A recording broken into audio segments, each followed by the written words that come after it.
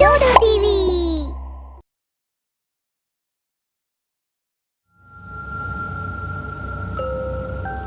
మాన్పూర్ ఊర్లోని సర్పంచ్ కూతురికి ఈరోజు పెళ్లి. అందరూ చాలా సంతోషంగా ఉన్నారు. ఇక సర్పంచ్ కూతురు రెడీ అయ్యి తన స్నేహితులతో గదిలో కూర్చొని ఉంది. ఈరోజు నేను చాలా ఆనందంగా ఉన్నాను తల్లి. ఈరోజు నీ పెళ్లి. నువ్వు వెళ్ళిపోతే బాధగా ఉంటుంది నాకు, కానీ నువ్వు సుఖంగా ఉండు అంతే. అదే నేను కోరుకునేది. కాసేపటి తర్వాత భారత్ వస్తుంది. కారులో పెళ్లి కొడుకు కూర్చొని ఉన్నాడు. కార్ తలుపు తెరుచుకుంటుంది, కానీ లోపల నుంచి పెళ్లి కొడుకు దిగడు. కానీ అతని శవం పడుతుంది.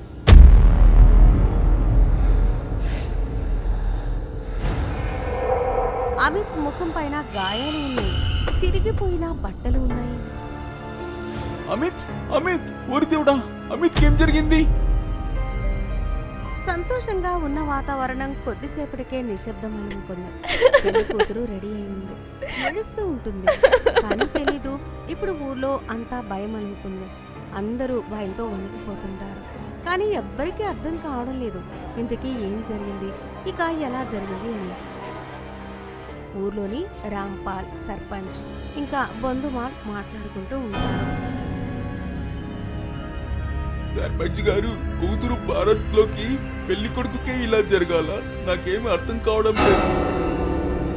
అవును సర్పంచ్ గారు, తెలియదు, కానీ ఇది ఎలా జరిగిందో.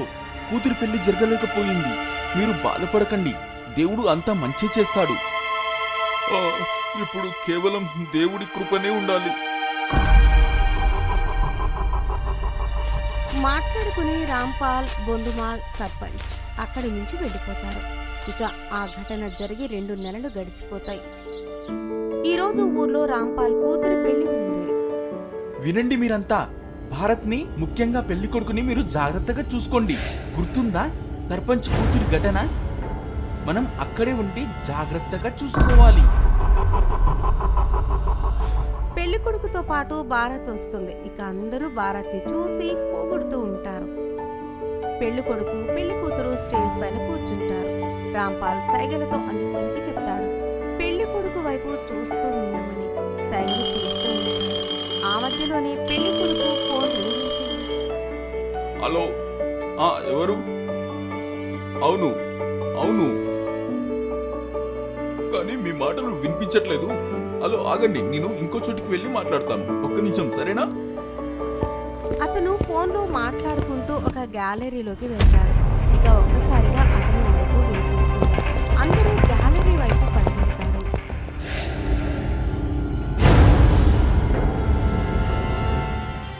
అయ్యో, ఇదేం జరిగిపోయింది? నా బిడ్డకి ఏం జరిగింది? ఓ దేవుడా, నా కూతురికేనా? కాబోయే అల్లుడిని ఎవరు చంపేశారు? అందరూ భయపడిపోతారు. ఇక మరొకసారి భారత్ పెళ్లి కూతురిని తీసుకోకుండానే వెళ్ళిపోతుంది. ఊర్లోని వాళ్ళు ఒకరితో ఒకరు మాట్లాడుకుంటారు. బొందురాం ఇంకా సర్పంచ్, ఊర్లోని ఒక మహిళ, ముగ్గురు నిలబడి మాట్లాడుతూ ఉంటారు. మన ఊరికి ఏదో దిష్టి తగిలినట్టుంది. మొదట సర్పంచ్, ఇప్పుడు రాంపాల్ కూతురి పెళ్లిలో కూడా భారత్ అయితే వచ్చింది, కానీ పెళ్లి కూతురు వెళ్ళలేకపోయింది. పెళ్లి కొడుకు చనిపోయాడు. నాకైతే అనిపిస్తోంది ఇదేదో దెయ్యం కానీ భూతం పని చేస్తోంది అని. మన ఊర్లోని పెళ్లిళ్ల పైన తప్పకుండా ఏదో దెయ్యం కన్ను పడి ఉండొచ్చు. ఇది నిజమే అనిపిస్తుంది, కానీ ఇప్పుడేం చేద్దాం? ఏమీ అర్థం కావడం లేదు. ఊర్లో కొన్ని రోజులు అలాగే గడిచాయి. ఇక మళ్ళీ బొందురాం కూతురు పెళ్లి రోజు వస్తోంది. పెళ్లి అయితే జరుగుతుంది, కానీ నా గుండెలో చాలా భయంగా ఉంది. ఇలా అనిపిస్తుంది, నా కూతురి పెళ్లిలో ఏదో అనుకోనిది జరుగుతుందేమో అని. కానీ అలా ఏం జరగదు. బొందురాం కూతురి భారత్ వస్తుంది. ఇక పెళ్లి కూడా జరుగుతుంది. పెళ్లి జరిగిన తర్వాత సడన్ గా అందరూ సంతోషాలు భయంగా మారిపోతుంది. లైట్స్ వెలుగుతూ ఆగుతూ ఉంటాయి. గాలి వేగంగా వేస్తుంది. కొందరి తలపాగాలు కింద పడిపోతాయి.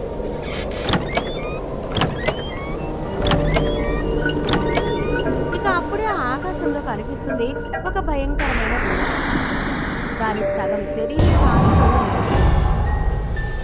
దాన్ని చూసి కొందరు భయంతో వణికిపోతూ ఉంటారు. కొందరు తమ కళ్ళు మూసుకుంటారు. ఏం ఆలోచిస్తున్నారు? ఇదే కదా ఈరోజు ఈ పెళ్లి ఎలా జరిగిపోయింది అని. కానీ ఇప్పటి వరకు ఏ పెళ్లిళ్ళు జరుగుతున్నాయో అందులో పెళ్లి కొడుకుని ఎవరు చంపుతున్నారు అని. అవును, నేనే చేస్తున్నాను. నేనే చంపేశాను. నేను వాళ్ళిద్దరిని, కానీ ఇంకా కొందరిని చంపాల్సి ఉంది. గుంపులో నిలబడి ఉన్న ముగ్గురు సునీత, రాజేంద్ర ఇంకా వారి కొడుకు రింకు.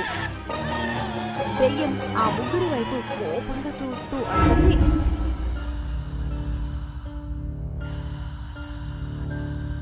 ఏంటి గుర్తుపట్టారు మీరు ముగ్గురు నన్ను? లేక ఇంకా గుర్తుపట్టలేదా?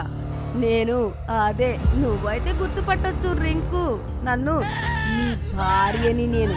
ఇక నువ్వు ఇంకా మీ అమ్మా నాన్న కట్నం కొరకు నన్ను కాల్ చేశారు, చంపేశారు. ఇక ఈరోజు నేను మీ ముగ్గురిని చంపేస్తాను. ఏంటి రింకు, నువ్వైతే నా భర్తవే కదా. ఇక మీ ఇద్దరు అత్త మామ. ఎంత ఏడ్చాను నేను మీ ముందు, ఎన్నిసార్లు చెప్పాను వదిలేయండి నన్ను. కానీ నీ మనసు కరగలేదు. ఈరోజు నా మనసు కూడా కరగదు, అచ్చం మీలాగే. అలా అని దెయ్యం ఆ ముగ్గురిని ఒక్కొక్కరిగా చేసి చంపేస్తుంది. సునీత, రాజేంద్ర ఇంకా రింకు. దెయ్యం భర్త తన ముందు చేతులు జోడిస్తారు, కానీ తాను వినదు.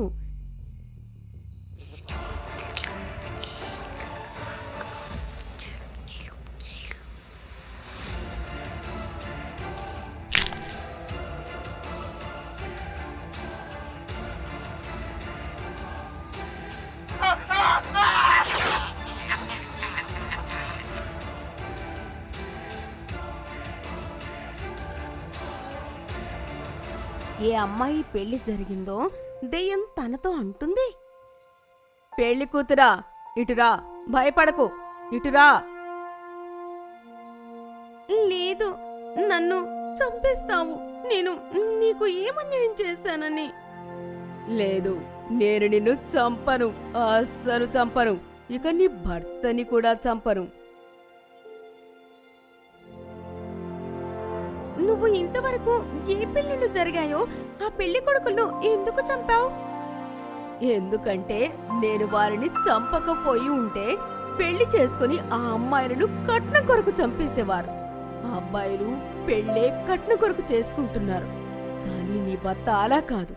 అందుకే నేను అతనిని చంపలేదు, ఇక చంపను కూడా.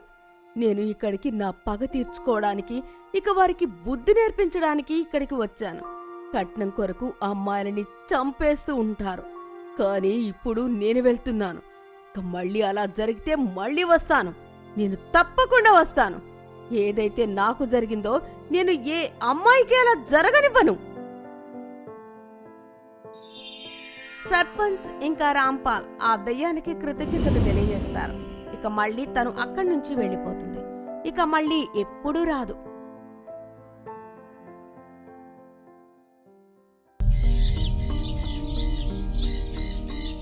రాజ్పూర్ ఊరు నది ఒడ్డున ఉంది కాబట్టి అక్కడి వారు ముఖ్యమైన పనిగా చేపల పెంపకం, ఇక పొలం పనులు చేసేవారు. ఆ రోజు రాము ఏదో పని కారణంగా పట్టణం నుంచి సైకిల్పై తిరిగి వస్తున్నాడు. అప్పుడు సైకిల్ పంక్చర్ అవుతుంది. ఆలస్యం కూడా అయింది. రాము ఇక ఇంటికి చేరుకునేవాడే. ఒక నీడ అతని మెడ పట్టుకుని కింద పడేసింది. ఊళ్ళో వాళ్ళందరికీ చెప్పు, రాత్రి ఎవరైనా బయటకు వస్తే వాళ్ళ రక్తం తాగేస్తానని. నేను నీకు ఏ అన్యాయం చేశాను? నన్ను వదిలేయ్. ఇంట్లో నా కోసం నా పిల్లలు ఎదురు చూస్తుంటారు. రేపు నా కూతురు భారతి వస్తుంది. నార్మయ్. కాసేపటికే రాము మెడలో పండ్లని దూర్చి రక్తాన్ని తాగిస్తాడు. అప్పుడు బన్వారి పక్కింటి ఆయన అటు నుంచి వెళ్తుంటాడు. అయితే అయ్యో భన్వరి, ఇంటికి పారిపో, ఎవరిని వదలడు. ఊరు మొత్తం ఈ విషయం తెలియజేయి. చీకటి పడితే ఎవరిని బయటికి రావద్దని చెప్పు. అంటూనే రాము మెడ ఒక వైపుకు వంగిపోయింది. అరే ఆపేయండి ఈ మేళాలు, రాముని ఎవరో చంపేశారు. సాయంత్రం అవ్వగానే ఇంటి నుంచి ఎవరిని బయటికి రావద్దని చెప్పాడు. ఎలాగోలా కూతురి పెళ్లి పగలే చేసేశారు. అలాగే ఒకరోజు జాలరి చేపలు పట్టుకుని తిరిగి వస్తున్నాడు. అయితే ఆలస్యం అవుతుంది. వెంటనే అనిపించింది చేపల బరువు ఇంకా ఎక్కువైనట్లుగా. ఇక తన తలపైన పెట్టుకున్న గంపని చూడడానికి దింపాడు. ఇప్పుడు చేపలు తినాలని చాలా కోరికగా ఉంది కదా, నేనిప్పుడు నిన్ను తినేస్తాను, ఒక్కొక్క ఎముక విరుచుకుంటూ. కళ్ళు భయంతో వణికిపోయాడు. అయ్యో దేవుడా! అతను ఎంతో వేగంగా పారిపోతున్నాడు. కానీ ఆ భయంకరమైన పిశాచి వెంటనే పట్టుకుని తన మెడలోకి పళ్లను దూర్చి అతని రక్తాన్ని అంతా తాగేస్తాడు. ఆ తరువాత పట్టణం వెళ్ళిన వారికి చీకటయ్యేది. అయితే వాళ్ళు పట్నంలోనే ఏదైనా ధర్మసత్రాల్లోనే ఉండిపోయేవారు. ఒకసారి కిషన్ చాలా రోజుల తర్వాత జబల్పూర్ నుంచి ఉద్యోగం నుంచి సెలవుల పైన రాబోతున్నాడు. తండ్రి అర్జున్ సింగ్ ఫోన్లో, ముందే చెప్తున్నాను, పగలే రావాలి. చీకటి పెడితే సిటీలోనే ఏదైనా లాడ్జిలో ఉండు. ఈరోజు రేపు సాయంత్రం అవ్వగానే ఒక పిశాచి ఊరు మొత్తం తిరుగుతుంది. చౌదరి గారి పనివాడిని, చేపలు పట్టేవాడిని చంపేసింది. పోలీసులు ఇప్పటికీ ఏమీ చేయలేకపోయారు. సరేనా? నాన్న, మీరు బాగా భయపడ్డారు. అలా ఏం జరగదు. నేను పూర్తిగా ప్రయత్నం చేస్తాను, మీరు చింతించకండి. కిషన్ ట్రైన్ ఆలస్యం అవుతుంది. నా దగ్గర ఇన్ని డబ్బులు ఉన్నాయి. ఇక నేనేదైనా లాడ్జిలో ఉంటే ఎవరైనా దొంగలు దొంగిలిస్తారేమో. కష్టమంతా వృధా అవుతుంది. అతను స్టేషన్లోని ఒక టెలిఫోన్ బూత్ నుంచి ఊర్లోని సర్పంచ్కు నెంబర్ కలుపుతాడు. కానీ అది కలవదు. కిషన్ అనుకుంటుంటాడు, నాన్నకి ఎన్నిసార్లు చెప్పాను నేను ఇంట్లో ఫోన్ పెట్టిమని. ఈసారి నేనే పెట్టిస్తాను.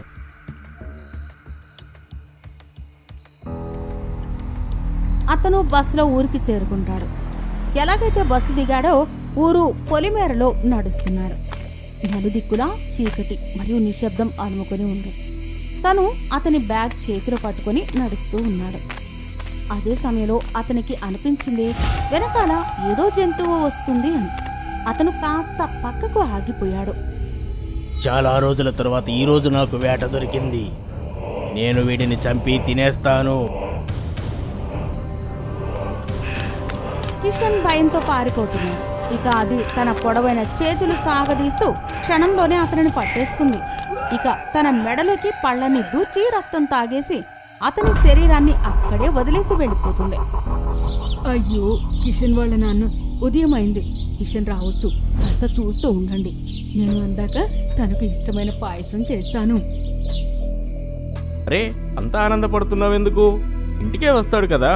ఇంకా వాళ్ళ మాటలు పూర్తి అవ్వనే అవ్వవు. అయ్యో బాబుగారు, తొందరగా రండి. కిషన్ అన్న నిన్నే వచ్చేశాడు, కానీ ఆ దరిద్రుడు ఆయన్ని రాత్రి చంపేశాడు.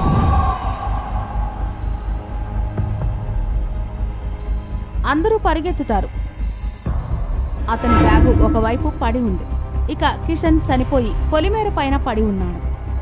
ఊరంతా అల్లకల్లోలంగా మారింది. అంతకుముందు ఇద్దరి మెడపై పళ్ళ గుర్తులు ఉన్నాయి. అలాగే కిషన్ మెడపైన కూడా ఉన్నాయి. షార్ప్ పళ్ళ గుర్తులు ఉన్నాయి. కిషన్ వాళ్ళ అమ్మ వయసుకు వచ్చిన కొడుకు చనిపోవడంతో ముభావంగా ఉండిపోయింది. బాబు, రాత్రే చెప్పాను కదా నీకు, చీకటి పడితే రావద్దని చెప్పి. రాజ్పూర్ వారి ప్యాలెస్లోని ఠాకూర్ గారికి ఈ విషయం తెలుస్తుంది. అయితే అర్జున్ సింగ్ దగ్గరికి అతనిని ఓదార్చడానికి వస్తాడు. ధైర్యంగా ఉండు, నువ్వు పోలీసులు దర్యాప్తు చేస్తున్నారు కదా, తెలియాలి కదా ఇదంతా ఎవరు చేస్తున్నారు అని. ఇప్పుడు నేను ఊరుకోను. కొడుకు ఎలాగూ చనిపోయాడు. ఇప్పుడు నేను బ్రతికుండి ఏం ప్రయోజనం? నేను ఇలాగే చేయాలి, మిగిలిన ఊరి వాళ్ళకి ప్రమాదం లేకుండా. ఏ సహాయం కావాలన్నా అడుగు, చేస్తాను, సరేనా? కిషన్ కర్మక్రియలు పూర్తి చేసుకుని అతను ఠాకూర్ వద్దకు వెళ్తాడు. ఠాగూర్ గారు, ఈరోజు రాత్రి కొందరితో కలిసి కాపు కాస్తాను. మీరు మీ పహిల్వాన్ని మరియు సెక్యూరిటీని నాకు ఇవ్వండి. ఎందుకు కాదు, ఇదిగో నా గన్ కూడా తీసుకెళ్ళు. అందరూ రాత్రి కాపు కాయడానికి సిద్ధమవుతున్నారు. సాయంత్రం అవ్వగానే ఊరి పొలిమేర దగ్గర ఒక చెట్టుపైకి ఎక్కి కూర్చుంటారు. ఎలాగైతే చీకటి అవుతుందో అన్ని తలుపులు కిటికీలు బంద్ అవుతాయి. ఇంచుమించు 9 అవుతుంది. అప్పుడే అందరూ విన్నారు ఏదో జంతువు పరిగెత్తుకుంటూ వచ్చింది అని. కానీ అది జంతువు కాదు, నరపిశాచి. అది చాలా పొడవుగా తెల్లని బట్టలు ధరించి ఉన్నారు. అందరి శ్వాస ఆగిపోయింది. అది కాసేపు అటు ఇటు చూసిన తర్వాత ఊరి వైపు వెళ్ళిపోయింది. తను అరిచాడు.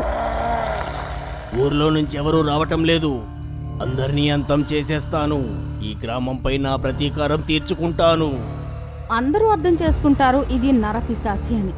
ఎలాగోలా ఉదయం సూర్యుడు వచ్చే వరకు చెట్టు పైనే కూర్చొని ఉంటారు. వాళ్ళు ఎప్పుడైతే దిగారో, మీరందరూ చూశారు కదా, అతను మామూలు మనిషి కాదు, అతను ఒక పిశాచి. మీరందరూ మీ ఇళ్లకు వెళ్ళండి. నేను నా స్నేహితుడు గిరిదావరి ఇంటికి నేను వెళ్తున్నాను. రేపు ఉదయం నేను వస్తాను. నా భార్యకు చెప్పండి. కానీ ఇలాంటి పిశాచి నుంచి విముక్తి ఎలా దొరుకుతుంది? అందరూ జాగ్రత్తగా ఉండండి, ఇంకేం చేయలేము. అర్జున్ సింగ్ తన స్నేహితుడు గిరిధరి లాల్ వద్దకు వెళ్లి మొత్తం విషయం చెప్తాడు. ఆ ఊరి చివర ఉన్న ఒక గుడిసెలోని ఒక సిద్ధ తాంత్రికుడు ఒకడు ఉన్నాడు. ఎంత పెద్ద పిశాచి శక్తులనైనా సరే ఆయన ఒక్కడే వెళ్ళగొట్టగలడు. ఆయన ఈరోజు రాత్రికైతే వస్తాడు, కలుస్తాడు. రాత్రి వాళ్ళిద్దరూ గుడిసె వద్దకు చేరుకుంటారు. ఏం కావాలి మీకు? ఇంత రాత్రి వేళ ఏ పని మీద వచ్చారు? బాబా, మేము ఆ పిశాచి నుంచి విముక్తులమవ్వాలనుకుంటున్నాము. అది నా వయసులో ఉన్న ఒక కొడుకుని చంపేసింది. మాకు సహాయం చేయండి. మీరు మీ ఊరి వాళ్ళని హెచ్చరించాలి. రేపు ఉదయం నుంచి ఎవరూ బయటికి రావద్దని. నేను రేపు ఉదయం వస్తాను. కాగితం లిస్ట్ అతని చేతికి ఇచ్చారు. ఈ కావలసిన వస్తువులు కొని ఉంచండి. ఇద్దరూ తిరిగి గిరిధరి ఇంటికి వస్తారు. ఉదయం అవ్వగానే అర్జున్ సింగ్ ఊరికి వస్తాడు. అర్జున్ సింగ్ ఇంటికి రాగానే భార్యతో, కాస్త పని ఉంది, నేను బయటికి వెళ్తున్నాను. మరుసటి రోజు తాంత్రికుడు పొద్దున్నే వచ్చి అదే చెట్టు కింద కూర్చొని పెద్దగా చెప్పిస్తాడు. ఓం శివ ఓం క్రీం చాముండాయ విచ్చై. ఓం శివ క్లీం క్రీం చాముండాయ విచ్చై. ఓం త్రయంబకం యదామహేం. ఓం భీం క్రీం చాముండాయ విచ్చై. ఆ చెట్టు వేళ్ల దగ్గర కాస్త తవ్వండి. ఇక్కడ మట్టి తడిగా అనిపిస్తుంది. అర్జున్ సింగ్ తవ్వుతూ బాబా, ఇటు చూడండి, ఇక్కడ ఎముక ముక్క ఉంది. చాలు చాలు, దొరికింది. తాంత్రికుడు ఆ ఎముకను తీసుకుని అతని కమండలంలో జలంతో కడిగి ఒక నలుపు రంగు దారంతో చుట్టిస్తాడు. ఎదురుగా హోమగుండంలో నిప్పును వెలిగించి మంత్రాలు చదవడం మొదలుపెట్టారు. అలాగే ఏదో జంతువు పరుగు వాళ్ళకి వినిపిస్తుంది. బాబా, అది వచ్చేసింది. అదే కదా నాకు కూడా కావాల్సింది.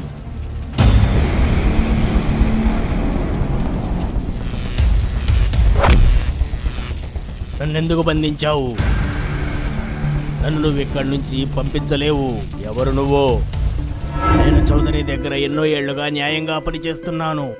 నా భార్య చాలా అందంగా ఉంది. ఇక్కడ కొందరి చూపు నా భార్యపైనే ఉండేది. చౌదరి లెక్కలు మొత్తం నేనే చూసుకునేవాణ్ణి. అతడు నన్ను పూర్తిగా నమ్మేవాడు. దానికి ఊరి వాళ్ళు నాకు విరుద్ధంగా చౌదరిని ఉసిగొల్పారు. వాళ్ళు నా పైన దొంగతనం మోపి నన్ను పనిలో నుంచి తీసేశారు. నాకు ఇల్లు కూడా లేకుండా ఉంటే నా భార్యను నేను తీసుకొని ఈ చెట్టు కిందే ఉన్నాను. ఇక్కడ వాళ్ళు నన్ను భయపెట్టారు ఈ ఊరు వదిలేసి వెళ్ళిపోవాలని. కానీ నేను నిర్దోషిగా నిరూపించుకోకుండా ఎలా వెళ్తాను? కానీ ఒకరోజు రాత్రి ఊరి వాళ్ళలో కొందరు నా గుడిసెకు నిప్పు పెట్టారు. ఇక మేము చనిపోయాము. సగం కాలిన మా శవాలను ఇక్కడే కొందరు పోకిరులు పాతిపెట్టారు. నువ్వు అందరి ప్రాణాలు తీస్తున్నావు. నువ్వు వెళ్ళిపోవడమే సరైన పని. తాంత్రికుడు మంత్రాలు చదివి ఆ ఎముకని నిప్పులో వేయబోతున్నాడు. నన్ను వదిలేయ్. కానీ తాంత్రికుడు ఒక్క నిమిషం కూడా వృధా చేయకుండా ఆ ఎముకని మెల్లిమెల్లిగా నిప్పుకి అంటించేశాడు. సాయంత్రం మేఘాలు కమ్ముకున్నాయి. వెంటనే టోర్నడో లాంటిది వచ్చింది. ఇక అతనిని ఆకాశం వైపు తీసుకువెళుతుంది. వాతావరణం అంతా యథావిధిగా మారిపోయింది. అర్జున్ సింగ్, నువ్వెప్పుడు ఊరి వాళ్లకు చెప్పు, ఏ భయమూ లేకుండా ప్రశాంతంగా తిరగవచ్చని. మంటూ ఇవాళ చాలా సంతోషంగా ఉన్నాడు. ఇవాళ తన పెళ్లి. అమ్మా, ఈరోజు ఎంత పని చేస్తావో చెయ్యి. రేపటి నుంచి నిన్ను ఒక్క పని కూడా చేయనివ్వను. అయితే బేటా నగరపు పెళ్లి కూతురు పని చేస్తుందా? ఎందుకు చేయదు? మా అమ్మ ఆల్రెడీ చాలా తపస్సు కూడా చేసింది. ఇప్పుడు పెళ్లి తర్వాత సిటీకి వెళ్తే మీరు కూడా మాతోనే ఉంటారు. మరియు మీరేం పని చేయకూడదు. బేటా నువ్వు అలా అన్నావు, అది చాలు. నువ్వు వెళ్ళి నీ కొత్త జీవితాన్ని సంతోషంగా గడుపు. ఈ ముసలిదాన్ని తీసుకొని ఎక్కడా నగరానికి వెళ్తావు. నేను ఇక్కడే ఉంటూ మీ నాన్న జ్ఞాపకాలతో బ్రతుకుతాను. ఇప్పుడు వెళ్ళు, కోడలు నీ గురించి వేచి చూస్తుంది. ఇలా చెప్పి అమ్మ తనను దగ్గరికి తీసుకుంది. తర్వాత వాళ్ళమ్మ తనని తన రూమ్ ముందు వదిలి వచ్చేసింది. మంటూ ఎగ్జైట్ అయ్యి రూమ్లోకి వెళ్ళిపోతాడు. లోపలికి వెళ్ళగానే చాలా తీవ్రమైన గాలులుస్తాయి. పరదాలు ఎగురుతాయి. పెళ్లి కూతురు తన మొహం రంగు మారుతుంది. మరియు తన భర్త మీద కనిపిస్తుంది. మరుసటి రోజు అమ్మ తలుపు తీసినప్పుడు తను చూస్తుంది మంటూ చనిపోయింది. మరియు కోడలి చేతులకు రక్తం అంటుకుంది.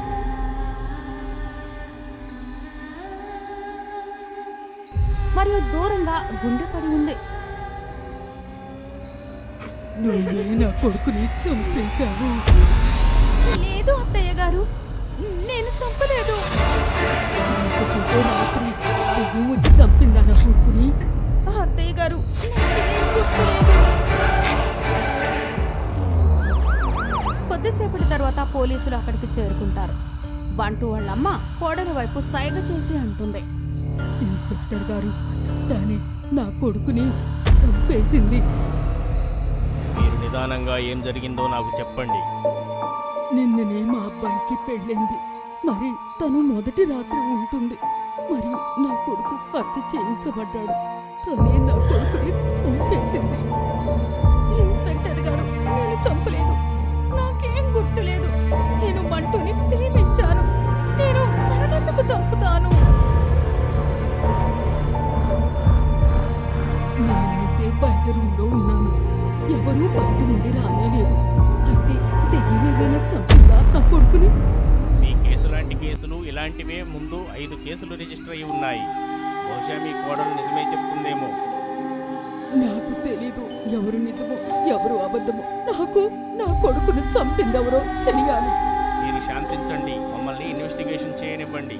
సార్, ఇది అచ్చం అలాగే ఉంది. మనం లాస్ట్ టైం ఇన్వెస్టిగేషన్ చేసిన కేసులాగే. ఏదైనా ఎవిడెన్స్ దొరుకుతుందేమో చూద్దాం.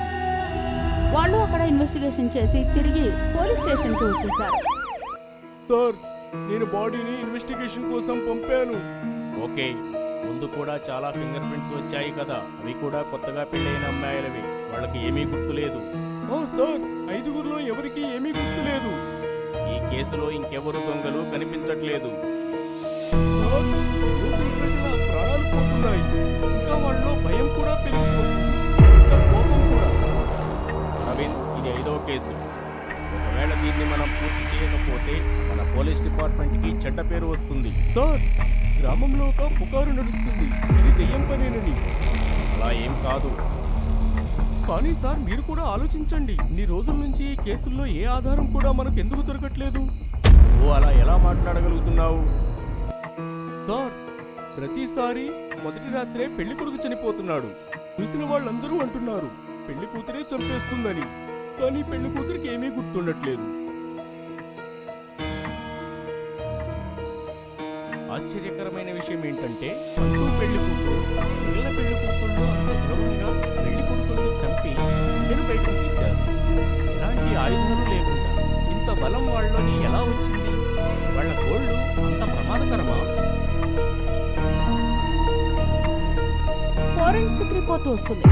అది చూసి వాళ్ళు మాట్లాడుకుంటూ ఉంటారు దాని గురించి. నేనెలా ఆలోచించానో అలాగే జరిగింది. ఈ హత్య కూడా పెళ్లి కూతురు చేతులతోనే జరిగింది.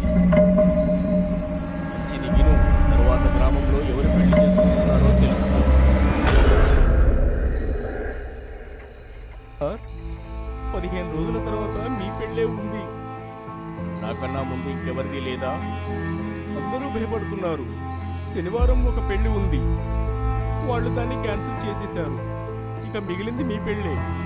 సరే, మంచిది. నా పెళ్లిలో ఈ కేసు ఏంటో తెలుస్తుంది. సార్, మీరెలా మాట్లాడుతున్నారు? మీకు తెలుసు కదా, మీరు చనిపోవచ్చు. అరే, ఇంతమంది చనిపోతున్నారు. ఎవరికైనా బలయ్యే మేకనవ్వడం తప్పలేదు. ఇప్పుడు నేను చెప్పినట్టు చెయ్యి.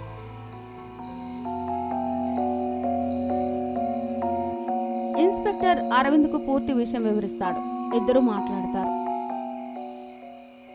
మరియు 15 రోజుల తర్వాత ఇన్స్పెక్టర్ వివేక్ తన పెళ్లి ఏర్పాట్లు చేసుకుంటున్నాడు.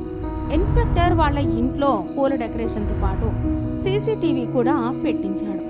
మరియు ఇన్స్పెక్టర్ బెడ్రూమ్ మంచిగా అలంకరించబడింది. పెళ్లి తర్వాత మొదటి రాత్రి సమయం వచ్చింది. అప్పుడు ఇన్స్పెక్టర్ చాలా ధైర్యం చేసి ముందుకు వచ్చాడు. ప్లాన్ ప్రకారం పోలీస్ వాళ్ళు బయట నిల్చుంటారు. అరవింద్ కూడా తన కొలీగ్తో పాటు రూమ్ ముందు నిల్చుంటాడు. వాళ్ళు సీసీటీవీ కెమెరాల మీద కూడా దృష్టి సారిస్తారు. ఎలాగైతే ఇన్స్పెక్టర్ లోపలికి వస్తాడో అలాగే భయంకరమైన మహల్ తయారవుతుంది. వింత వింత ధ్వనులు వినిపిస్తాయి. గాలి తుఫానిస్తుంది. పెళ్లి కూతురు కళ్ళు నల్లగా మారుతాయి. మరియు తన స్కిన్ కలర్ నల్లగా మారుతుంది. ఇంత అందమైన అమ్మాయి ఏదో దివ్యంగా కనిపిస్తుంది. అవని, చాలా టైం తీసుకున్నావు రావడానికి. వివేక్ అప్పటిదాకా ఏ భూత ప్రేతాల్ని నవ్వేవాడు కాదు. మరియు తనని చూసి చాలా భయపడ్డాడు. ఎంత భయపడ్డాడంటే తను పోలీసులకి ఇన్ఫార్మ్ చేయడమే మర్చిపోయాడు. ఇప్పుడు అవని లేచి తన వైపు వస్తూ ఉంటుంది. నాకు నీ గుండె కావాలి. డార్లింగ్, అది నీదే కదా? లేదు, నాది కాదు, నీది. నువ్వే 2 ఏళ్ల క్రితం నా గుండెను దొంగిలించావు. లేదు, నా దగ్గర గుండె లేదు. నాకు గుండె కావాలి. ఇప్పటిదాకా ఎవ్వరి గుండె కూడా నాకు ఇష్టవలేదు.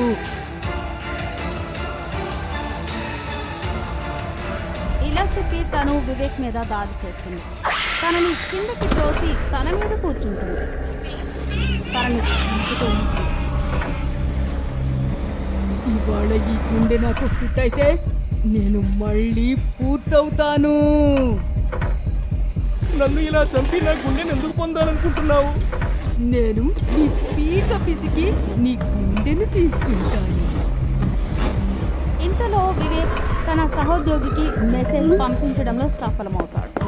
వాళ్ళు తలుపులు తెరుచుకొని లోపలికి వస్తారు మరియు తనని వివేక్ నుండి వేరు చేసి సోఫాలో కట్టేస్తారు. పద, ప్రశాంతంగా మాట్లాడుకుందాం. మీరందరూ ఒకేలా ఉన్నారు. మాట్లాడి ప్రయోజనం లేదు మీతో. నీకు నా గుండె ఎందుకు కావాలి? మిగిలిన వారిని కూడా ఇలాగే చంపావా? ఆ, అయితే అందరి గుండెని శవం పక్కనే వదిలేశావు. ఎవ్వరి గుండె నా శరీరానికి సరిపోలేదు. నీ గుండె ఎక్కడుంది? నా గుండెని నా పెళ్ళైన మొదటి రోజు నా భర్త నా శరీరంలో నుండి లాగి విసిరేశాడు. నేను అలాగే పడిపోయి ఉన్నాను. అయితే దాని శిక్ష నువ్వు ఇతరులకు ఎందుకు వేస్తున్నావు? అందరి పెళ్లి కొడుకుల్లో నాకు తనే కనిపిస్తున్నాడు. అసలు నీకేం కావాలి? నాకు న్యాయం కావాలి. తను నన్ను పెళ్లి చేసుకున్నాడు మరియు నన్ను చంపేశాడు మరియు నా కోరికలన్నీ చెరిపేశాడు. నేను నీకు న్యాయం జరిగేలా చూస్తాను. ముందు నువ్వు శాంతించు. తను నా జీవితాన్ని లాక్కున్నాడు మరియు నేను శాంతించాలా? తను ముందు నన్ను చంపాడు, తరువాత ఇంటి వెనకాల ఉన్న గార్డెన్లో కాల్ చేశాడు. ఇప్పటికీ మా కుటుంబాన్ని డబ్బులు అడుగుతున్నాడు. వాళ్ళని ఇబ్బంది పెడుతూనే ఉన్నాడు. తన పేరేంటి? తను ఎక్కడుంటాడు? నిన్నిలా చేసినవాడు? తను ఏదో చెప్పడానికి ముందే అరవింద్ పోలీసు వాళ్ళని పక్కకు నెడుతూ, జరగండి, జరగండి, ముందు నన్ను చూడనివ్వండి. అరవింద్, సరే మంచిదా, నువ్వే నా దగ్గరికి వచ్చావు. నువ్వు ఒక ఆత్మవి, నన్నేమీ చేయలేవు. నా దగ్గర అవని శరీరం ఉంది, ఇంకా బలం ఉంది.